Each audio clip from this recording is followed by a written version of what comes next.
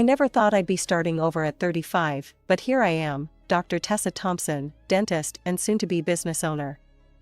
It's been 3 years since I married Mike, a mechanical engineer, 5 years my senior.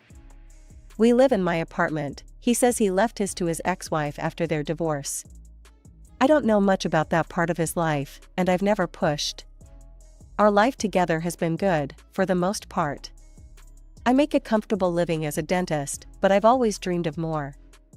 That's why I've been squirreling away every extra penny, denying myself little luxuries. My goal? Opening my own private practice. You should do it, Tessa, Mike said one evening as we sat on our worn couch, the TV droning in the background. You'd be great at running your own business. I looked at him, surprised by his enthusiasm. You really think so? He nodded, taking a swig of his beer. Absolutely. My wife, the business owner. Has a nice ring to it, don't you think? I couldn't help but smile. It did sound nice. It'll be a lot of work, I warned him. And money. We'll have to tighten our belts for a while. Mike waved his hand dismissively. Don't worry about that. We'll make it work. I'll support us for the first year while you get things up and running. You just focus on making your dream come true. His words filled me with warmth. This was why I loved him, his unwavering support, his belief in me. Okay, I said, my mind already racing with plans. Let's do this. The next few months were a whirlwind. I quit my job at the clinic, throwing myself headfirst into preparations.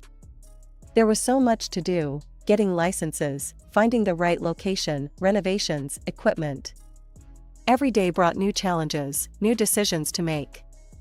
Finally, after what felt like a lifetime of preparation, my office was ready. I stood in the doorway, taking in the gleaming equipment, the fresh paint smell, the neatly arranged waiting area. This was mine. All mine. As I locked up that first night, a mix of excitement and terror churned in my stomach. Tomorrow, I'd open my doors to my first patients. I was on my own now, sink or swim. The first few months of running my own dental practice were a whirlwind. I worked 7 days a week, from dawn till dusk, barely stopping to eat or sleep.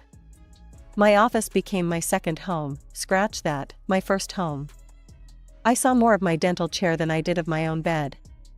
Dr. Thompson, your next patient is ready, my receptionist, Lisa, would say, poking her head into my office. I'd nod, gulping down the last of my cold coffee. Thanks, Lisa. Send them in. And so it went, day after day. Fillings, crowns, root canals, I did it all. When I wasn't with patients, I was buried in paperwork, learning the ins and outs of running a business. It was exhausting, but exhilarating too. This was my dream, after all. Mike and I became like ships passing in the night. When I left for work, he was still asleep. When I got home, he was already in bed. We communicated through hastily scribbled notes and brief text messages. How's work? I texted one day, during a rare quiet moment. Fine, came the reply, hours later. I frowned at my phone. That was it? Just fine? But before I could dwell on it, Lisa was calling me for another patient, and thoughts of Mike were pushed to the back of my mind. Weeks turned into months. I was so focused on my practice that I barely noticed the changing seasons. Spring became summer, summer faded into fall. I was making progress, slowly but surely. My patient list was growing, and I was starting to see some regulars. You're doing great, Dr. Thompson, Mr. Johnson, one of my first patients, said during a checkup. This place is really coming along. I beamed at him. Thank you, Mr. Johnson. That means a lot. But for every high, there was a low. The stress was constant, the pressure immense. There were nights I'd come home and cry, wondering if I'd made a terrible mistake. But then I'd think of how far I'd come, how much I'd invested, and I'd pull myself together. I couldn't give up now. One particularly grueling day, I stumbled home well past midnight. The apartment was dark and quiet. I kicked off my shoes and collapsed onto the couch, too tired to make it to the bedroom. That's when my phone rang. I groaned, fumbling for it in the dark. Who could be calling at this hour? Tessa? Is that you? It was Mike's mother, Ellen, her voice tight with worry. I sat up, suddenly alert. Yes, it's me. What's wrong? I've been trying to reach Mike all day, Ellen said. He's not answering his phone. I'm worried sick. There's been some kind of scandal at his work. My heart dropped. Scandal? What scandal? I'm sorry, I don't know anything about this, I said, my mind racing. I haven't really talked to Mike in a while. There was a pause on the other end of the line. Oh, Mike's mother said, her voice small. I see. Well, if you hear from him, please ask him to call me. Of course, I promised. I'll talk to him as soon as I can. After we hung up, I sat in the dark, my exhaustion forgotten. What was going on with Mike? How could there be a scandal at his work that I knew nothing about? I found Mike in our bedroom, sitting on the edge of the bed with his head in his hands. He looked up when I entered, his eyes red-rimmed and tired. We need to talk, I said, my voice sounding strangely calm, despite the turmoil inside me. Your mom called. She said there was some kind of scandal at your work. What's going on, Mike? He let out a long, shaky breath. I quit my job, Tessa. About a month ago. The words hit me like a physical blow. A month? You've been unemployed for a month and you didn't tell me? I didn't want to upset you, he said, his voice barely above a whisper. You've been so busy with the practice, I didn't want to add to your stress. I stood up, pacing the room as I tried to process this information. So what happened? Your mom mentioned a scandal. Mike ran a hand through his hair, a gesture I'd seen 1,000 times when he was uncomfortable. I had a fight with my boss. He was being unreasonable, demanding more and more overtime without compensation. I stood up to him, things got heated, and I walked out. My pride wouldn't let me stay. I wanted to yell, to shake him, to demand why he thought his pride was more important than our financial stability. But looking at him, slumped and defeated, I couldn't bring myself to do it. Instead, I sat back down beside him. What are you going to do now? I asked softly. Mike shrugged. I don't know. I think I might be suffering from burnout. I've been thinking about seeing a psychologist, maybe taking a short break from work to figure things out. Part of me wanted to scream that we couldn't afford a break, that I was already working myself to the bone trying to keep my new practice afloat. But I swallowed those words. Mike needed support, not criticism. Okay, I said, taking his hand. If that's what you need, we'll make it work. But Mike, you have to promise me something. No more secrets. I need to know what's going on in your life, good or bad. Okay? Mike nodded, squeezing my hand. Okay, I promise. I'm sorry, Tessa. I should have told you sooner. The next day, I called the clinic where I used to work and asked if they had any part-time positions available. It was a step backward, but we needed the extra income. As I hung up the phone, having secured the part-time position, I looked at Mike. He was on the couch, staring blankly at the TV. I got the job, I said. I start next week. He just nodded in response, as if it was something that was taken for granted. The next few months were a blur of exhaustion and stress. I'd wake up at dawn, see patients at my office until early afternoon, then rush to the clinic for my part-time shift. By the time I got home each night, I was dead on my feet. Mike, true to his word, started seeing a psychologist. He talked about burnout and needing time to recuperate. I tried to be supportive, but it was hard not to feel resentful as I watched him lounging on the couch while I worked myself to the bone. One evening, about 3 months after Mike had quit his job, I came home to find him in an unusually good mood. Tessa, he exclaimed as I trudged through the door. I've got great news. I got a job. It's with that engineering firm downtown.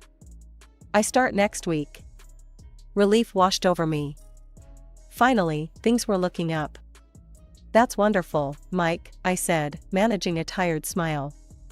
We should celebrate. And celebrate we did. I splurged on a bottle of wine, and for the first time in months, we sat down to a meal together, talking and laughing like we used to.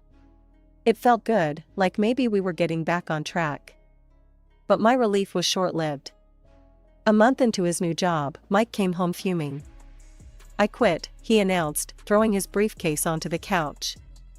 I froze, the plate I was washing slipping from my hands and clattering into the sink. What? Why? The boss is a tyrant, Mike spat. He wants complete control over everything. I'm not some puppet he can order around. So what now? I asked when he finally paused for breath. He shrugged. I'll find something else. Something better. A job where they appreciate my skills and give me the freedom I deserve. I wanted to scream. To shake him and ask if he appreciated my skills, if he understood the freedom I'd given up to keep us afloat. But I didn't. I just nodded, turned back to the dishes, and tried to ignore the sinking feeling in my stomach. The weeks that followed were tense. Mike spent his days at home, supposedly job hunting, while I continued my grueling schedule. But more and more often, I'd come home to find him playing video games or watching TV. Any luck with the job search? I'd ask. Nothing suitable yet, he'd reply, not looking away from the screen. These companies just don't get it. I need something challenging, you know? With good pay and flexible hours. Then one day, Mike started talking about having children. Wouldn't it be great to have a little one running around? He said over breakfast. I could stay home and take care of the kid while you work. It's the perfect solution. I stared at him, my coffee mug frozen halfway to my lips. Mike, we can barely afford our current lifestyle. How could we possibly support a child? He waved his hand dismissively. We'll figure it out. You're doing great with your practice, and I'll find something eventually. Come on, Tessa, don't you want to be a mom? The question hit me like a punch to the gut. Of course I wanted children, someday. But not like this. Not when our marriage was hanging by a thread and our financial situation was so precarious. I think we need to focus on getting our lives in order first, I said carefully. Maybe when things are more stable. Mike's face fell. You just don't understand, he muttered. You're always so focused on work, you can't see what's really important. His words stung, but I didn't have the energy to argue. I just got up, rinsed my mug, and headed out to another long day of work. As the months dragged on, the tension in our household grew thicker. Mike's job search had become sporadic at best, and he spent more and more time immersed in his video games. I was exhausted, stressed, and increasingly resentful. One evening, I came home to find Mike excitedly setting up a new gaming console. What's this? I asked, my voice tight. He grinned, not noticing my tone. Just got the latest system. The graphics are incredible. I felt my temper flare. And how exactly did you pay for this? Mike's smile faltered. I took some money from our joint account. But don't worry, it's an investment in my hobby. Once I start working again, I'll pay it all back. The argument that followed was ugly. Months of pent-up frustration and resentment came pouring out. We said things we couldn't take back, reopened old wounds, and created new ones. From that day on, I stopped putting money into our joint account. I paid the bills myself and bought groceries as needed. Mike was furious, accusing me of not respecting him and infringing on his rights. I'm the man of this house, he yelled during one particularly heated argument. I should be managing our finances. I laughed bitterly. What finances, Mike? The money I earned that you spend on games and beer? The atmosphere at home became unbearable. We barely spoke, and when we did, it usually ended in an argument. I threw myself into my work even more, using it as an escape from the disaster my personal life had become. Then came the day that changed everything. I was at home, catching up on some paperwork, when I overheard Mike on the phone with his parents. His voice drifted from the bedroom, animated in a way I hadn't heard in months. "Yeah, I need a new business suit for this job interview," he was saying. "It's a great opportunity, but I'm a little short on cash right now. Could you maybe help me out?" I felt a spark of hope. Was Mike finally taking his job search seriously? But as I listened, that hope quickly turned to ash. "Thanks, Mom. I really appreciate it. I'll pay you back as soon as I get the job." The call ended, and I waited, expecting Mike to come share the news about his interview. But he didn't. Instead, I heard the familiar sounds of him booting up his computer. Curious and increasingly suspicious, I quietly made my way to the bedroom door. What I saw made my blood run cold. Mike was online, not browsing job listings, but purchasing a new computer game and ordering a case of beer for delivery. I couldn't believe my eyes. He had just lied to his parents, begged them for money under false pretenses, and now he was spending it on alcohol and games? "What the hell do you think you're doing?" I demanded, pushing the door open. Mike jumped, guilt flashing across his face, before quickly being replaced by defiance. "It's none of your business. This is my money." "Your money?" I was incredulous. "You just lied to your parents to get that money. They think you're buying a suit for a job interview." The argument that followed was the worst we'd ever had. Finally, red-faced and shaking with anger, Mike grabbed a bag and started throwing clothes into it. "Where are you going?" I asked, my voice hoarse from yelling. "To my parents," he spat. "At least they support me." As the door slammed behind him, I sank to the floor, overwhelmed by a mix of anger, disappointment, and an odd sense of relief. For the first time in months, maybe years, I felt like I could breathe. Days passed since Mike stormed out, and the apartment felt eerily quiet without him. On the fourth day, as I was finishing up with a patient, my phone buzzed. Mike's name flashed on the screen. My heart raced as I answered. "Hey, Tessa." Mike's voice was cheerful, as if nothing had happened. "I'm in Miami with my parents. Mom's always wanted to come here, so we decided to make a weekend of it." I took a deep breath, trying to keep my voice steady. "And how exactly are you paying for this trip?" There was a brief pause before Mike answered, his tone slightly less jovial. "Well, I had to borrow a couple of your credit cards. But don't worry. I'll pay you back many times over once I start this new job." I felt sick. "You took my credit cards without asking me?" "Come on, don't be like that," Mike said, his voice taking on that wheedling tone I'd grown to hate. "It's just for the weekend. I'll bring you back a nice shell from the beach, okay? Have a good weekend, honey." Before I could respond, he had hung up. In that moment, something inside me snapped. With shaking hands, I opened my banking app and blocked all my credit cards. Next, I called a locksmith. Within an hour, he was at my apartment, changing the locks. My final stop that day was a lawyer's office. I'd found her online, Sandra Patel, specializing in divorce law. "I want to file for divorce," I said, the words coming out easier than I'd expected. Sandra nodded, her expression compassionate but professional. "I understand, Dr. Thompson. We'll start the process right away. Can you tell me a bit more about your situation?" By the time I left her office, the divorce papers were being drawn up. As I stepped out onto the street, the late afternoon sun warming my face, I felt something I hadn't experienced in a long time: hope. The sun had long set when my phone rang again. Mike's name flashed on the screen, and I braced myself as I answered. "Tessa? Thank God you picked up." Mike's voice was frantic. "Something's wrong with the credit cards. They're not working, and we can't pay for anything here. Mom and Dad are freaking out." I took a deep breath, steeling myself. "That's because I blocked them, Mike. I didn't give you permission to use my cards." There was stunned silence for a moment before Mike spoke again. "Look, I'm sorry, okay?" His tone shifted to pleading. "We're already here on the coast. Can't you just unblock the cards?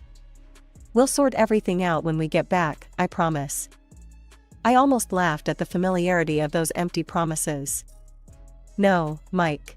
I'm done sorting things out for you. You've put me in impossible situations time and time again. Now you can figure this one out on your own. Tessa, please. He was begging now. You're putting me in such an awkward position. My parents are here, we have no way to pay, this is your problem too. No, Mike, I said firmly. This is your problem. You created it, now you solve it. Goodbye. The next day, I took a personal day from work. I spent the morning packing up Mike's belongings, trying not to get caught up in memories as I boxed up his clothes, books, and the various gadgets he'd accumulated over the years. Once everything was packed, I called a storage facility and arranged for his things to be kept there. A few days later, I was at work when my phone buzzed with a call from Mike. I stepped out of my office to take it. Tessa? I'm outside the apartment, but my key isn't working. Did you change the locks? He sounded incredulous. Yes, I did, I replied calmly. Mike, I've sent divorce papers to your parents' address. You should be receiving them soon. There was a sharp intake of breath on the other end of the line. Divorce papers? Tessa, you can't be serious. We can work this out, we always do. Not this time, I said, surprised at how steady my voice was.